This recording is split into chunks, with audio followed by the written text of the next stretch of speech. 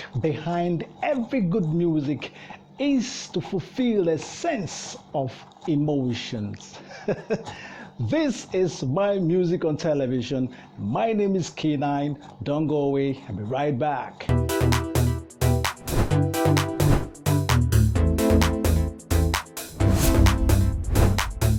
Glad to have you back. It's still the show, My Music on Television. You know what? I want to first of all thank all those who have continued to make this show a success. Those who have voted, those who have continued to nominate, and those, of course, who have continued to subscribe, share our videos, and making this show a huge success. Thank you so much. In this week's edition, we have an interesting guest. If you are in music production, you need to sit back and watch, listen, and learn some tricks. I'll be right back. Don't go away.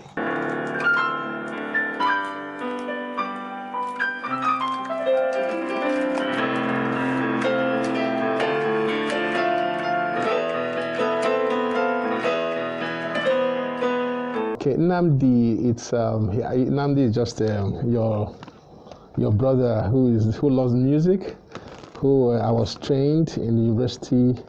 I studied chemistry at UNN. Of course, before I graduated, I knew that my destiny wasn't chemistry. I knew that my destiny was making music for God's kingdom. And I was born into a very, very musical family. My father was a music professor. And so I had a strong musical pedigree. So, NNAMDI ECHEZONA left school and went straight into the ministry to serve at Rockwood Church as the music director, and of course, as a producer, subsequently with the church. That's it, yeah. Okie dokie, back in the day, that was in the early 90s, and the music industry, gospel-wise, was really not exciting. In fact, that was the reason why I felt that God was calling me to be part of the music industry, to make a little difference. I felt I could make a little difference. Back in the day, it was just Don Moen, Hosanna music, it was integrity music. The Christian music genre was not as good as the secular music genre. You didn't enjoy gospel music the way you would enjoy secular music, that is musically speaking. The music sounded better in the world than it sounded in the in gospel. The best you could hear in Nigeria was Ariaria and maybe reggae, and that was it. So I had a very, I felt so bad on the inside that how come the world has all the good music and the church didn't have the good music? So I felt I had something to offer, okay? And that was why I felt called to make my little contribution, okay? To make the gospel music sound a bit better so that people who are not saved can also get saved. So some people won't get saved because, then why should I get saved? They have horrible sounding music. So I said, no, I can make a difference here. So by God's grace, I said, okay, my skill, I knew that music could sound better. And I felt I had what it took to make gospel music sound better. So I had to get into the industry to make a change. And I can say that God has used me in my little widow's mite to just make a little impact and make a little difference. And since then, I've seen a very progressively interesting sounding gospel music ever since. Yeah. Okay. When and how do I start, or did I? Did you start? Okay. First of all, I started back then in school. I was the keyboardist in the Abiding Word Fellowship. At my campus fellowship, I was the keyboardist. And then some of my friends said that they want to go do some stuff in the studio and whether I could help them. I said, why not? Let's go to. So I know I went to my first studio experience was at Godiac Studios at Enugu, Okeoko, and all those people. So I helped my friend get to the studio. We did some little stuff in the studio with my brother, Abba. That was my brother who was quite a powerful keyboardist. He was called the Jazz Priest. So we all went to Enugu to start to do our first recording. Okay. Then the second one was our church, our choir. Just something that not so professional, but So I found my niche. Let me say, I found my niche. Okay. In fact, I started feeling that I was called to do music production likewise. So I found my niche because I enjoy the sessions. I enjoy, you could create, like unlike in the choir, what you did was simply you did copyright songs. You heard somebody else's song, you simply rehearsed it and you simply sang it. But in the studio, you actually create, you arrange, you score, you put the chords, you decide this will happen here, that's what will happen here. So I found it so exciting that I could create music, not just reproduce music that has been done before. So that's how I started. I started, with my choir, and then with the friends' work, and then I got hooked. I would rush my lectures to go for studio sessions. At the time, I even used some of my school fees to go and pay for studio sessions in Lagos. I used to have a small band called the Grace Thomas. Me and my brother and my friends, we simply went to. I used part of my school fees to go to Lagos and do some little recordings. I mean, I was so passionate about producing music. So the creative process was quite very, very exciting. And so that's how I started. And then, of course, that was on a bit mediocre level until I came to Port Harcourt.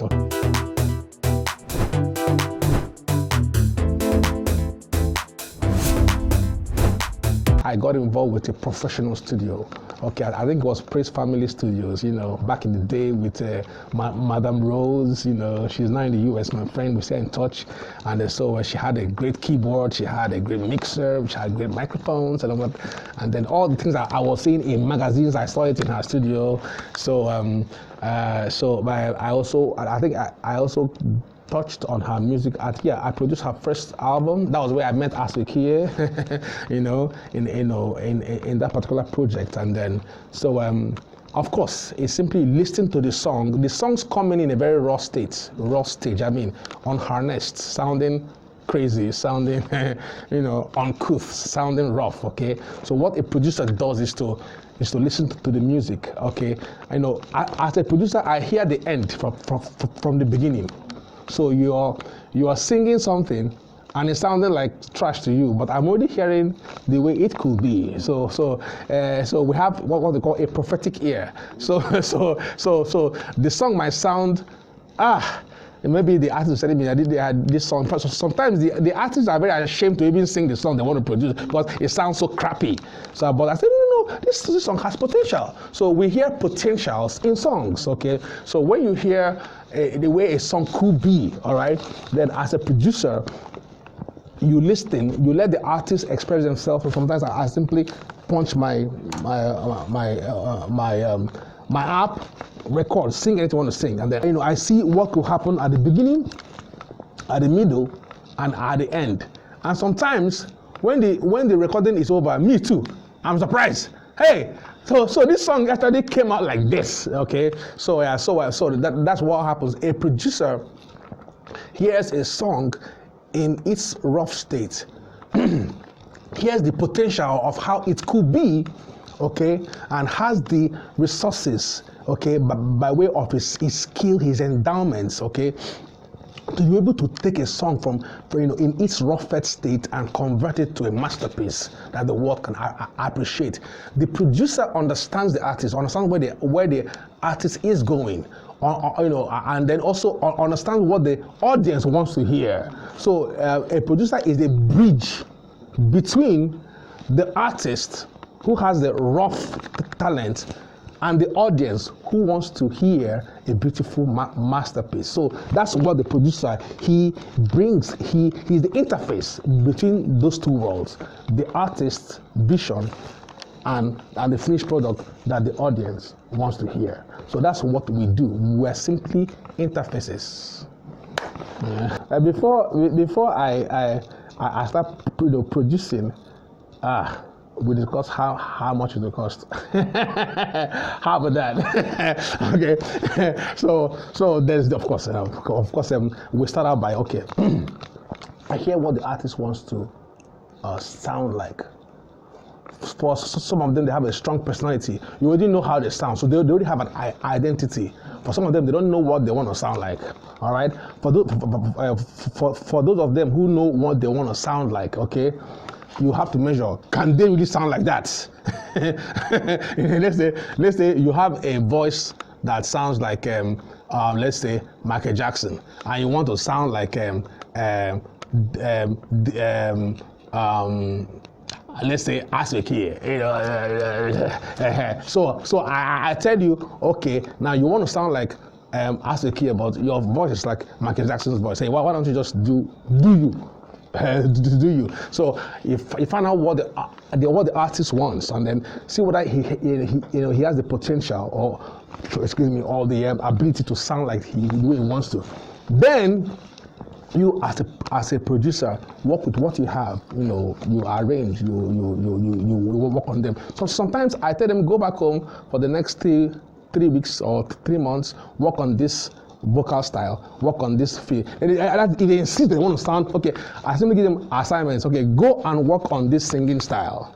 Some of them I have told them to come back after 1 year. One of them said, BUSKIE, I came to your studio and you told me I don't know how to sing. See me now. I say I was just doing my job. The point. So sometimes I have to send them back home, give them works to do, and when they come back they sound better. They sound like there's a lady I'm working on right now. She's in Germany, okay, and she called me like last month and she wants to sound a certain way. I told her, look, your voice is not there yet. Why don't you go back and call me in 3 months time? I gave her an assignment to work. I gave her material. So sometimes we producers are voice trainers as well. All right. So yeah, they are voice trainers. We have to train you before we record you. All right. Why some already know what they want. They know how they want to sound, and they have it. Like a beer, when she, in the comment. I mean, they know they're good. In fact, those kinds of singers, they just pour you. They call the things that be not as though they were. They see that is your skill starts jumping out of you. That inspiration blows up. Those artists, oh my God, they make you think. They make you think outside the box because they're inspiring. The deep is calling on to deep. Okay, we enjoy those kinds of artists, but we also like to take on challenges. So you assess the artist, you find out what they want to do, you find out how they want to do, then there's sometimes the song. I will tell them, okay, this song doesn't sound like something that will fly. Why don't you give me another song? Sometimes you say, God asked me to sing this song. In fact, God has given me the bass line. You should go tum tum tum tum tum tum tum tum. I say, God gave you this bass line. I say, wow. I say, in my mind, I say, the God I serve can't be giving this kind of bass line. One of them told me, God has already given me the bass line. I said, no, wow. So you have to sound like a bit spiritual. So they won't say that they're not spiritual. That's okay. God gave me okay. Okay, we'll see how. Okay, I'll take your bass line then. Then when I do, I say, I'll start out with a bass line and then install my own bass line on that. I say, okay, choose one. Which one is it? I'll get your own. It sounds better. I say, how far with God's bass line? I'm not saying that God can't give bass lines. But the point being that when you are going to meet a producer, you have to sometimes keep your gear on neutral. Okay. What you may be hearing. You heard right, but you are interpreting it wrongly. So the producer helps you actually interpret what God has given you as the baseline. There's so much to say, but maybe I'll stop here for now. Education a key to unlock these mystery doors. We need to get it right or left with pain and sores. Healing the start with knowledge and to apply our wisdom. A little here, a little there, we go get some, so we go fit change our entire system. If you no bother me, I no go bother you. When you dey lost for lie, how you won't find the truth? Green, white, green, not our color. Been beaten black and blue. New wine, not the stain for old, but it go bust, we need the new. I believe say change the come. I dey see symptoms and signs. No pain will last forever. Everything get in own time. Let's get this party started. Let the feasting begin. This will be made joy for a night, but joy will come in the morning wind. Enclave, always so different. Enclave, where our kicks be ballin' different. Enclave, Word up. or listening and thinking. Our way of life is distant. Enclave, always so different. Enclave, Word up. where our kicks be ballin' different. Yeah. Or listening and thinking. Thinking. Alright. Oh yeah. Enclave, always so different. Enclave, where our Yeah. kicks be ballin' different. Of course, top on the list is Aswekie. You know, Aswekie's first 3 albums, Wekilemo, Back to Base album, and the next 3 that followed it. Okay, then you have people like Ibiso Edwards, you know, and Pakabara. I think I did that too. Then you have Ebere, you know, Ebere. I did a couple of Ebere's tracks, most of our hit tracks from back in the day, like Yekileme, all that, and I did that. Then you have people like there's so many names, like, you know, like the Redeemed Praise Band. I did that. Then several churches, several, you know, churches that you know around. I've also done their works, and then many other artists that may not be as popular, but I think these are my main artists. I've also worked with people like Samsung, you know, not on his track though, but with other artists. Then people like Mercy Chinwo, I've also worked with her, but she hasn't released the ones that we have worked on. You know, yeah, she has not done that. I have not heard those releases yet, of course. And many other artists I can't really name them more, but the ones I've called are the ones that people know are very popular. Yeah.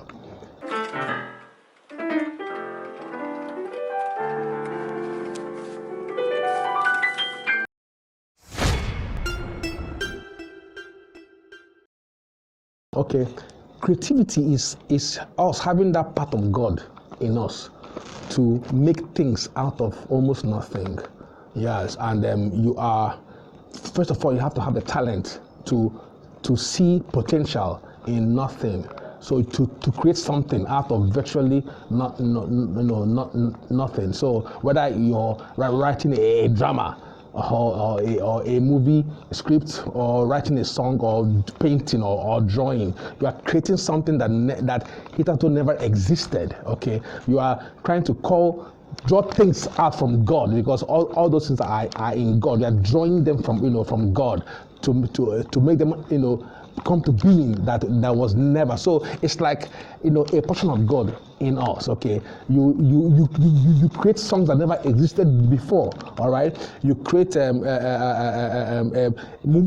stories that never. Of course, they can be inspired by some other, but as far as that song is concerned, that melody line, those words, they are original. So creativity is being original. You know, with whatever you are producing, whether it's music, drama, write-up, research, whatever it is being original, making something that never existed before. You know, making it possible, possible, making something new, you know, available for people to enjoy.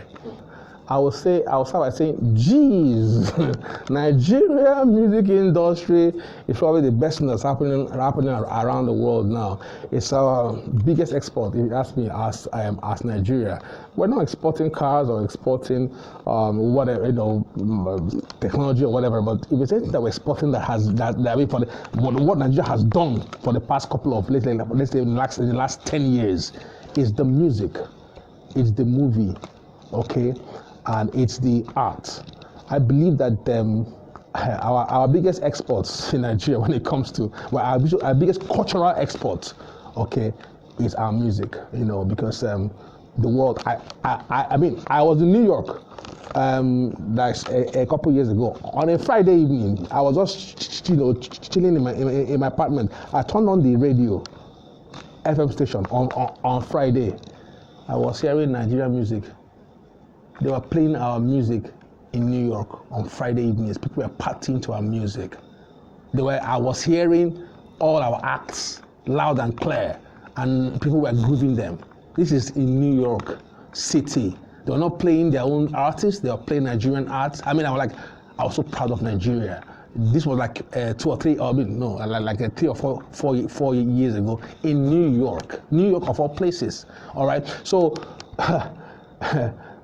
I don't know how more credible you want that to be, that our musical culture, our art is being celebrated around the world. And it's a thing to be proud of. Okay, then also that same weekend or the following weekend, the people were having a party in the neighborhood, and they were not Nigerians. Okay, they were not Nigerians. They were, Americans. I was hearing our music. Nigerian music was loud. Okay, I go to church that same weekend, and I'm hearing Sinach in church. I was hearing Nathaniel Bassey's music in church, and this is not Nigerians singing them. It's Americans singing our music. So Nigerian music is very credible for freak's sake, for crying out loud. It's happening big time all over the world. Amazing. We do. And they celebrate Nigerian artists. All over. They believe in us. In fact, I talked with Donnie McClurkin.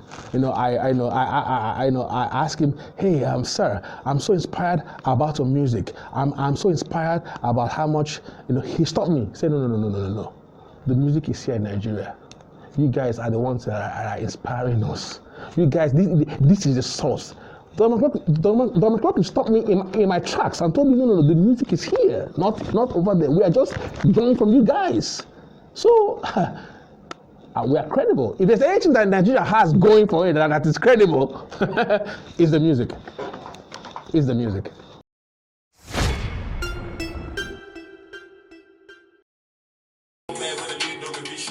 Yo, this is NNAMDI ECHEZONA, aka King Buckie. You're watching my music on television. You're cool.